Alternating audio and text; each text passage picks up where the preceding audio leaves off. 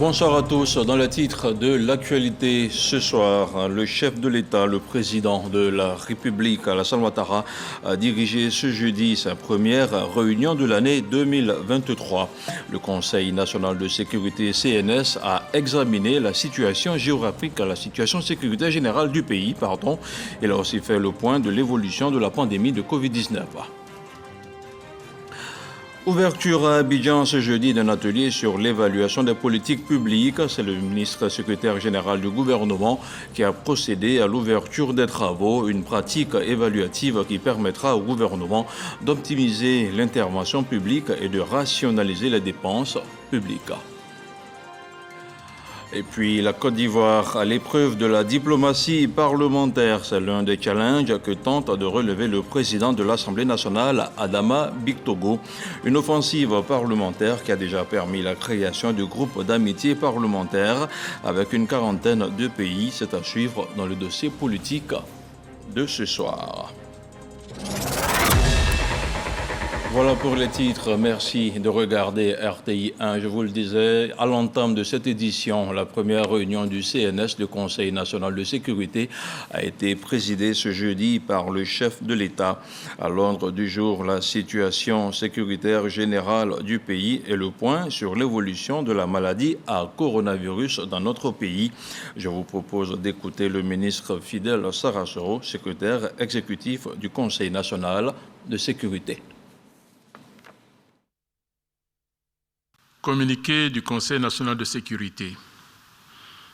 Une réunion du Conseil national de sécurité s'est tenue ce jeudi 12 janvier 2023 au Palais de la Présidence de la République sous la présidence de son Excellence M. Alassane Ouattara, président de la République. L'ordre du jour de la réunion a porté sur 2 points. La situation sécuritaire générale et l'évolution de la maladie à coronavirus 2019 en Côte d'Ivoire.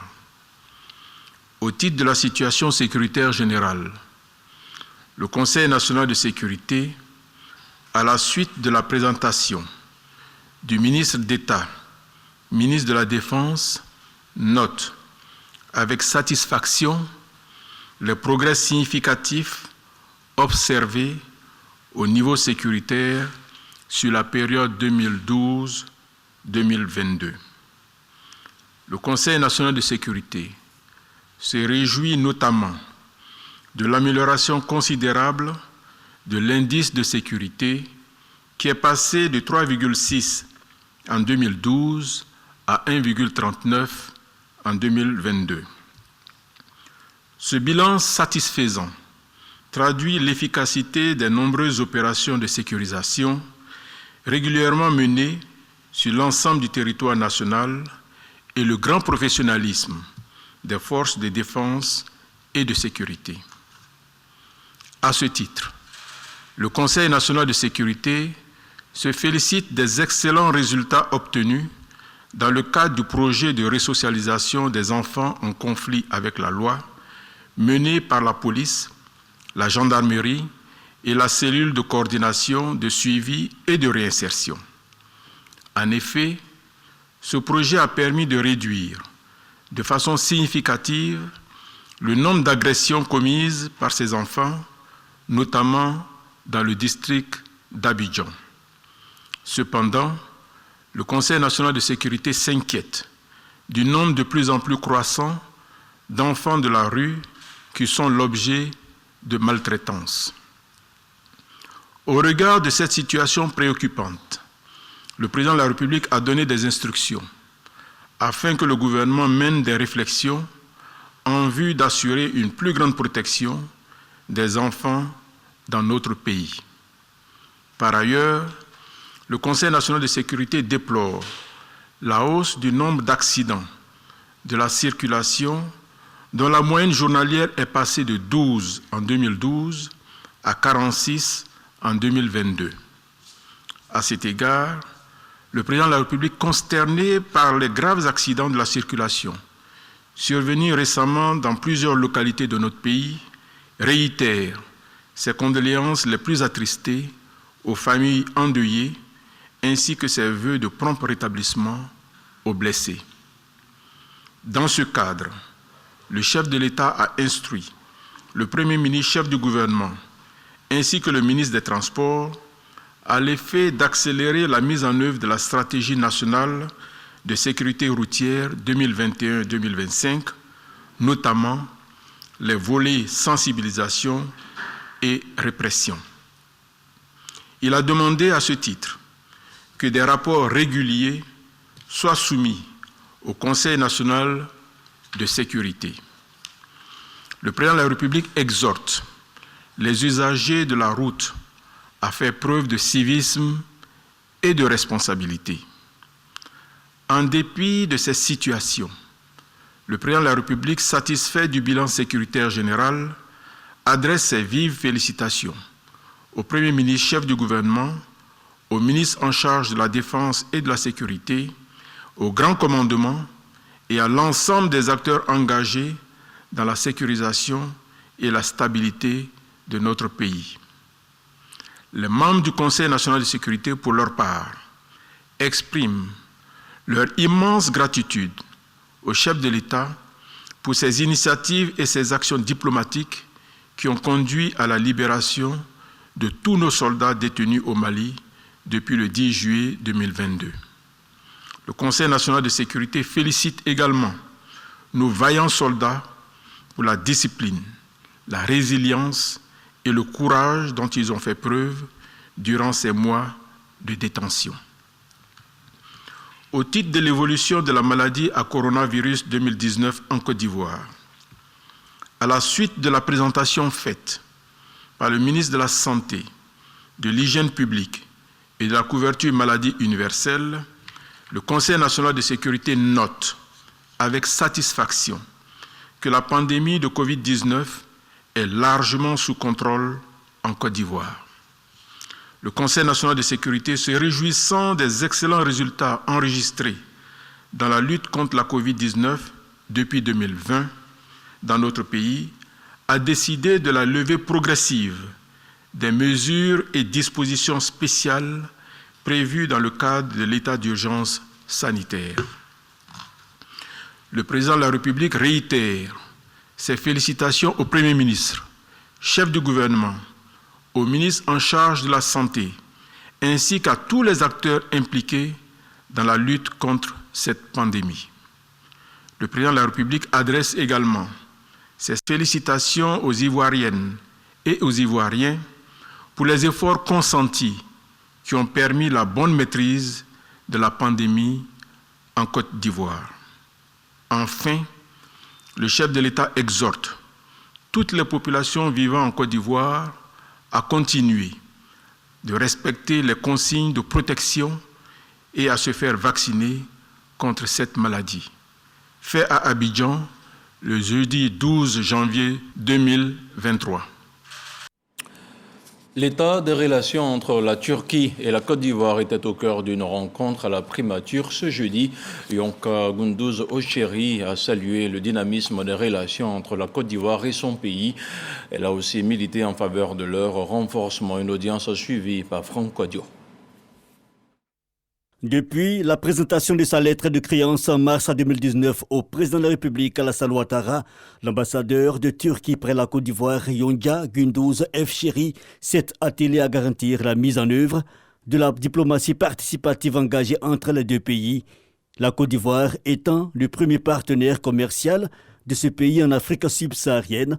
Cette rencontre avec le Premier ministre Patrick Achi s'inscrit dans un cadre convivial, mais il s'agit surtout d'informer le chef du gouvernement de l'achèvement de sa mission en Côte d'Ivoire. Je suis venu ici pour dire merci à son Excellence, Monsieur le Premier ministre Patrick Achi.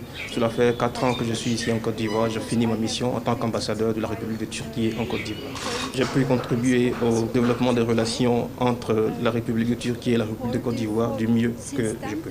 En 2015, le président de la République, Alassane Ouattara, s'est rendu en Turquie et en 2016, c'était au tour du président Erdogan de venir en Côte d'Ivoire. Cela a marqué une nouvelle ère dans notre relation. Alors depuis lors, le niveau de relation a atteint un excellent niveau et nous travaillerons en sorte de pouvoir le maintenir. Du point de vue économique, de la santé et du niveau du sport, dans tous ces domaines-là, nos relations se développent également grandement. And sports are the areas which are highly developed. Yonca Gündüz Evşehri rentre bientôt en Turquie. Le pays du président Recep Tayyip Erdogan entretient une relation diplomatique avec 44 pays sur le continent africain. On reste à la primature à l'auditorium. Il s'est tenu ce jeudi un atelier sur l'appréciation des politiques publiques.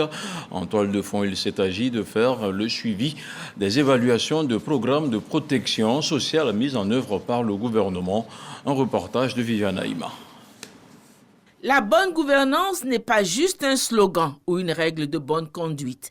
Elle consiste à conduire au mieux les affaires publiques, gérer au mieux les ressources publiques en vue de garantir le bien-être des populations.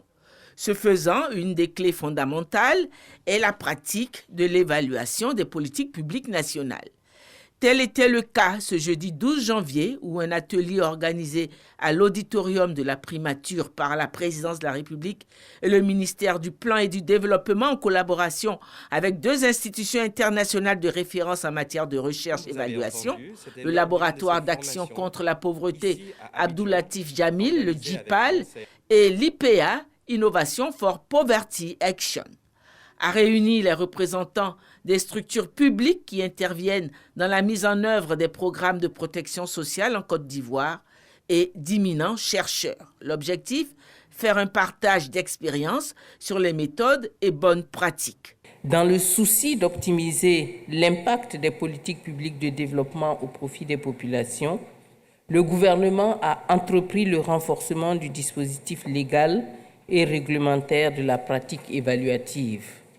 Ainsi, dans le cadre de son institutionnalisation, la loi 22-966 du 14 décembre 2022 relative à l'évaluation des politiques publiques a été prise.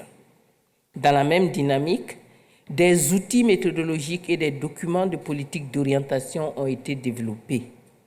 Les efforts se concentrent également sur le renforcement des capacités techniques des acteurs pour permettre de disposer d'un pool d'experts dans le domaine de l'évaluation des politiques publiques. Pour appuyer toutes ces initiatives, la Côte d'Ivoire a décidé de se faire accompagner par des partenaires stratégiques de renommée internationale.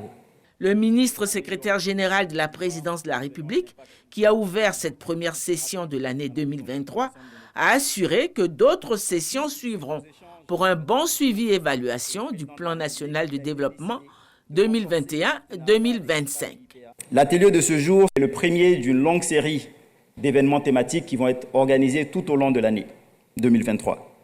Et l'objectif, c'est vraiment de renforcer nos capacités techniques, les capacités de nos équipes, mais également celui des hauts responsables impliqués dans l'exécution des projets publics. La première session va porter sur la question de la protection sociale. Les autres sessions vont porter sur d'autres secteurs, notamment le secteur de la santé, le secteur de l'éducation et le secteur de l'emploi des jeunes. Considéré comme une règle de bonne conduite, le principe de l'évaluation des politiques publiques est inscrit dans la Constitution de 2016. Depuis le 14 décembre 2022, une loi est venue entériner ce principe. Le ministère d'État, ministère des Affaires étrangères, de l'intégration africaine et de la diaspora a dressé son bilan de l'année 2022. Madame Kandia Camara rencontrait à cet effet le corps diplomatique accrédité en Côte d'Ivoire. Les retrouvailles ont permis de faire le point des actions gouvernementales pour la paix, la sécurité et la cohésion sociale dans notre pays. La ministre n'a pas oublié d'évoquer le bon dénouement de l'affaire des 46 soldats en remerciant les acteurs et les représentants des différents pays impliqués. Elle a réitéré l'appui du gouvernement aux diplomates accrédités en Côte d'Ivoire pour la bonne mise en œuvre de leur mission. En retour, ces derniers ont réaffirmé leur soutien à accompagner la Côte d'Ivoire. Le dossier politique de ce jeudi fait un zoom sur la diplomatie parlementaire. Cet outil complémentaire de la diplomatie traditionnelle est de plus en plus mis en lumière par le président de l'Assemblée nationale de Côte d'Ivoire. Établir des liens de coopération entre l'hémicycle et les parlements des autres pays, c'est l'ambition affichée d'Adama Bictogo, un choix qui porte déjà des fruits et qui a favorisé la création de groupes d'amitié parlementaires avec au moins 49 pays à travers le monde.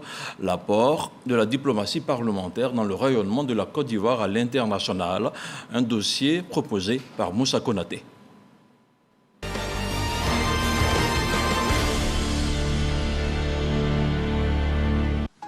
« 27 décembre 2022, Adama Bictogo s'adresse aux députés pour la clôture de la session parlementaire de l'année. En présence du vice-président de la République, des présidents d'institutions, le Premier ministre et des membres du gouvernement, le président de l'Assemblée nationale fait le bilan des activités de l'hémicycle. Parmi les chapitres abordés, le renforcement de la coopération entre son institution et celle d'autres pays. Dès mon élection, j'ai de façon explicite exprimé ma volonté de faire de la coopération parlementaire internationale l'un des piliers de mon action, tout en exposant ma vision d'en faire une diplomatie ambitieuse et performante. La diplomatie parlementaire est notre axe de rayonnement de la Côte d'Ivoire, une ambition du président de l'Assemblée nationale depuis son accession au perchoir le 7 juin dernier. La diplomatie parlementaire participe au rayonnement de la Côte d'Ivoire, bien sûr. Et cette diplomatie parlementaire s'aligne sur les grands axes et les positions officielles de la Côte d'Ivoire sur les questions internationales. Et de plus, les réunions internationales auxquelles participe l'Assemblée nationale sont l'occasion de rencontres bilatérales informelles qui produisent des résultats difficilement quantifiables mais très importants. Repositionner l'Assemblée nationale sur la scène des parlements à l'international. Pour réussir le pari, des groupes d'amitié parlementaire avec 49 pays sont mis en place au sein de l'Assemblée nationale en juillet 2022. La diplomatie parlementaire nous permet de faire des échanges entre parlementaires pour connaître les expériences des autres parlementaires. Moi, je suis le président du groupe d'amitié Côte d'Ivoire-Israël. Ça sera l'occasion pour les députés ivoiriens de connaître la procédure parlementaire israélienne et ce sera enrichissant pour nous. Nous avons déjà mis en place le groupe, nous avons déjà des contacts très sérieux avec l'ambassade de l'Allemagne, mais avec le Parlement allemand. Il s'agira pour nous donc de faire des visites mutuelles, d'échanger sur les différentes procédures et tirer les différentes expériences parlementaires des deux côtés. L'Allemagne étant un pays fédéral, ça nous inspirerait de voir aussi comment leur Parlement fonctionne et quelles sont surtout les grandes orientations aujourd'hui des débats au niveau des parlements. En plus de la création de ces instruments pour mener l'offensive diplomatique auprès d'autres structures parlementaires, le président de l'Assemblée nationale est présent à tous les grands rendez-vous. On note la participation de la délégation ivoirienne à la 28e session Afrique de l'Assemblée parlementaire de la francophonie, APF, au Maroc, tenue en juin. Également à la 47e session de l'APF au Rwanda dans le mois de juillet. Puis à la 8e Assemblée générale des parlements contre la corruption au Bénin. Adama Bictogo aussi présent à la 145e session de l'UIP, Union interparlementaire en octobre à Kigali, la capitale rwandaise. À cela s'ajoutent plusieurs rencontres avec des ambassadeurs et des présidents de parlement. Tout ceci dans le but de renforcer la coopération parlementaire. La diplomatie, c'est à la fois celle du chef de l'État, celle du gouvernement, mais aussi celle de l'Assemblée nationale. Ce sont ces actions conjuguées qui renforcent le leadership de la Côte d'Ivoire dans la sous-région ouest africaine et sa place sur l'échiquier international. Et je crois que nous sommes sur la bonne voie. Progressivement, la Côte d'Ivoire retrouve sa place dans le Conseil des Nations. Il regagne des positions. Il noue des alliances avec tous les grands pays du monde parce que nous avons besoin de la coopération internationale pour soutenir notre processus de développement. Rapprochement entre l'Assemblée nationale et les parlements d'autres pays. De l'avis de politologues, l'initiative vient renforcer l'offensive diplomatique menée par l'exécutif. Ce qu'on reproche la plupart du temps à la diplomatie parlementaire, c'est le fait qu'on ait l'impression que c'est une diplomatie concurrente, rivale à la diplomatie gouvernementale. Ce qui n'est pas juste, parce que la diplomatie parlementaire a des objets qui sont différents de la diplomatie gouvernementale. Au contraire, dans une bonne démocratie, la diplomatie parlementaire accompagne et est complémentaire à la diplomatie justement gouvernementale et elle est nécessaire. La diplomatie parlementaire pour rehausser l'image de la Côte d'Ivoire à l'international. Également, des ouvertures pour le Parlement ivoirien et une présence remarquable dans les instances de décision et assemblées parlementaires mondiales. L'Assemblée nationale bénéficie de nombreux avantages en portant la voix de la Côte d'Ivoire à ces tribunes internationales sur des thématiques d'actualité, le renforcement de la qualité des relations de coopération parlementaire, la participation aux réunions des organisations interparlementaires et l'occupation de sièges au sein des organes de décision de ces organisations interparlementaires. La diplomatie parlementaire permet de créer des réseaux. Que serait la Côte d'Ivoire, un pays qui est effectivement en train de monter en puissance sans justement cette diplomatie parlementaire qui aujourd'hui, dans un monde globalisé, mondialisé, a sa place. Dans tous les pays importants, les parlementaires désormais participent à l'influence de leur pays, participent aux relations internationales. Donc c'est une bonne vision et elle est d'actualité et je pense que nos parlementaires font bien justement d'insérer cette approche-là dans leur fonctionnement. Accroître la notoriété de la Côte d'Ivoire sur la scène mondiale. Selon le président Adama Bictogo, le succès de la diplomatie parlementaire est le fruit de l'union et l'entente entre les élus de la nation à travers la famille parlementaire consolidée depuis juin 2022, date de son arrivée à la tête de l'Assemblée nationale. Un dossier à retrouver en replay sur les différentes plateformes du groupe RTI1. Les lauréats du prix Macky Sall pour le CAMES pour la recherche sont ivoiriens. Ils décrochent au passage une bourse de 40 millions de francs CFA sur une enveloppe globale de 100 millions de francs CFA. Un prix qui permettra d'accompagner des projets fédérateurs sur la résilience des économies des pays de l'espace CAMES. Des lauréats qui ont été reçus par le ministre Adama Diawara. L'éclairage de Sephora Zegui. Les deuxième et troisième prix du concours Macky Sall pour la recherche du CAMES décernés à 2 chercheurs ivoiriens. Ce prix, constitué d'un financement de 100 millions de francs CFA, est destiné à accompagner les 3 projets fédérateurs qui auraient satisfait à toutes les exigences de l'appel à candidature qui porte sur le thème « La résilience des économies des pays de l'espace CAMES face aux crises internationales ». Les chercheurs ivoiriens et leurs équipes qui se sont démarqués par la pertinence de leur projet obtiennent une bourse de 40 millions de francs CFA.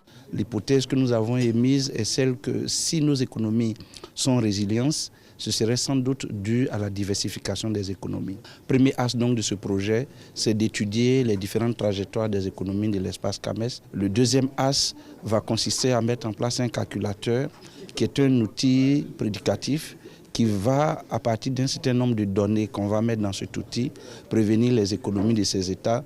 Nous nous sommes dit, si avec ce que l'Afrique a vécu, comme l'esclavage, comme la colonisation, avec toutes les crises que nous connaissons, avec les guerres civiles, avec la famine et toutes les crises dont je ne parlerai pas ici, nous arrivons à prendre le dessus. Nous arrivons par exemple, nous sommes arrivés par exemple pas à ne pas subir la Covid, mais en tout cas à la vivre d'une façon moins catastrophique que les prévisions nous donnaient. Et donc, nous avons certainement dans nos outils, dans nos savoirs traditionnels, dans nos savoirs locaux, des outils qui nous permettent de toujours prendre le dessus devant la crise. Le ministre Adama Diawara n'a pas caché sa joie et sa fierté. Comme il aime à le dire, la recherche est le moteur du développement. Nous avons des chercheurs qui cherchent et qui trouvent effectivement. Aujourd'hui, vous venez de le voir, sur 3 prix Macky Sall dédiés à la recherche, la Côte d'Ivoire à elle seule rafle 2 prix. Alors, donc je pense que ça se passe de commentaires. Cela est une preuve palpable de la compétence de nos anciens chercheurs et chercheurs. Macky Sall, le président sénégalais, a promis de doubler la dotation de ce prix, qui passe de 100 millions à 200 millions de francs CFA. Il sera désormais organisé chaque année. Afin d'accroître leur mobilité, plusieurs structures sous tutelle du ministère de l'Éducation nationale ont été dotées de véhicules. Au nombre de 144, ces engins viennent renforcer les capacités opérationnelles du personnel et améliorer son rendement sur le terrain. On retrouve encore une fois Sephora Zegui. 144 véhicules remis aux IEP, Drain et Drena qui se sont distingués par la qualité de leur travail en 2022 pour faciliter leur déplacement dans le cadre de leur mission. Ces véhicules viennent réduire la pénibilité de leur travail d'encadrement des lycées et collèges de Côte d'Ivoire. Désormais, tous les directeurs centraux, tous les directeurs régionaux et pour la première fois, tous les 196 IEP qui dirigent une circonscription sont dotés d'un véhicule. Quel immense effort! Maria Toukone faisait la promesse de doter l'ensemble des structures de son ministère de moyens de locomotion adéquats à l'effet d'accroître la mobilité des agents. Aujourd'hui, c'est une réalité. Blaise Ndri est handicapé. C'est à moto qu'il effectuait sa mission quotidienne. Aujourd'hui, il est le plus heureux des bénéficiaires. En tant que chef de circonscription, c'est à moto que je faisais la supervision dans ma circonscription, ce qui n'était pas une chose du tout facile pour moi. On me demandait des résultats. Je pense qu'aujourd'hui, je suis prêt à fournir ces résultats pour satisfaire toute la Côte d'Ivoire. Je suis en extase, je suis contente. Ma première sortie, quand je vais arriver, déjà dans les villages, en train de faire des inspections pédagogiques. Cela me donne beaucoup plus de mobilité, cela me donne beaucoup plus d'efficacité sur le terrain pour l'accomplissement de ma mission. En joignant l'acte à la parole, la ministre de l'Éducation nationale et de l'alphabétisation veut renforcer les capacités opérationnelles de ses collaborateurs pour l'atteinte des résultats escomptés. En plus des mesures sociales du président de la République en faveur des fonctionnaires, dont nous constituons l'écrasante majorité, voici un autre cadeau de grande valeur que l'État de Côte d'Ivoire fait à la communauté éducative. Notre objectif de rapprocher la chaîne de commandement des structures est donc plus que jamais réaffirmée. Ma vision, chers collaborateurs, est de faire en sorte qu'aucune école et qu'aucun enfant ne se sente oublié. Je veux de la proximité, de la réactivité et de la proactivité. Ces 144 véhicules viennent accroître le parc auto du ministère de l'Éducation nationale et de l'alphabétisation qui passe de 427 à 571 véhicules. Les récipiendaires ont l'obligation de résultats. Ils seront évalués sur la qualité de leur travail en décembre 2023. Un mot d'économie à présent. La balance des paiements 2021 de la Côte d'Ivoire est excédentaire de 1095,6 milliards de francs CFA. L'information a été dévoilée ce jeudi lors de la diffusion des comptes extérieurs du pays. Au siège national de la BCEAO, le ministre de l'Économie et des Finances a pris part à la rencontre. Les détails avec Guy Dangui.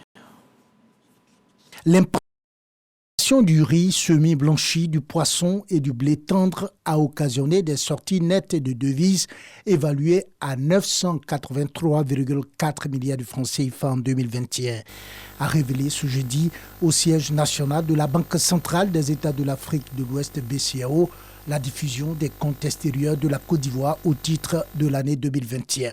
Un exercice de redevabilité et de transparence dans la gestion des informations financières bien accueilli par le secteur privé. C'est une politique de transparence et de bonne gouvernance. Surtout, cela va nous permettre pour les années à venir d'être plus diligents par rapport à la restitution des informations qui sont demandées par nos différents gouvernements. C'est quelque chose de positif. Ça permet à la Côte d'Ivoire de pouvoir suivre ses statistiques, de pouvoir anticiper, parce que sans données, on ne peut rien faire. Des différentes présentations, il ressort que la balance des paiements 2021 de la Côte d'Ivoire est ressortie excédentaire de 1095,6 milliards de francs CFA. On note par ailleurs un déficit du compte des transactions courantes de l'ordre de 4,1% contre 3,2% en 2020. Dotée d'une mine d'informations financières, la balance des paiements se révèle un précieux outil d'aide à la prise de décisions économiques et financières. L'enquête menée cette année s'est déroulée auprès d'un échantillon de 832 structures au cours des mois de juillet à août 2022 et a enregistré un taux de réponse record de 92,1% contre 91,4% l'année précédente. La balance des paiements permet de mesurer le degré d'ouverture de l'économie sur l'extérieur de donner un éclairage sur l'attractivité du pays en termes d'investissement direct et d'identifier objectivement les causes des déséquilibres macroéconomiques.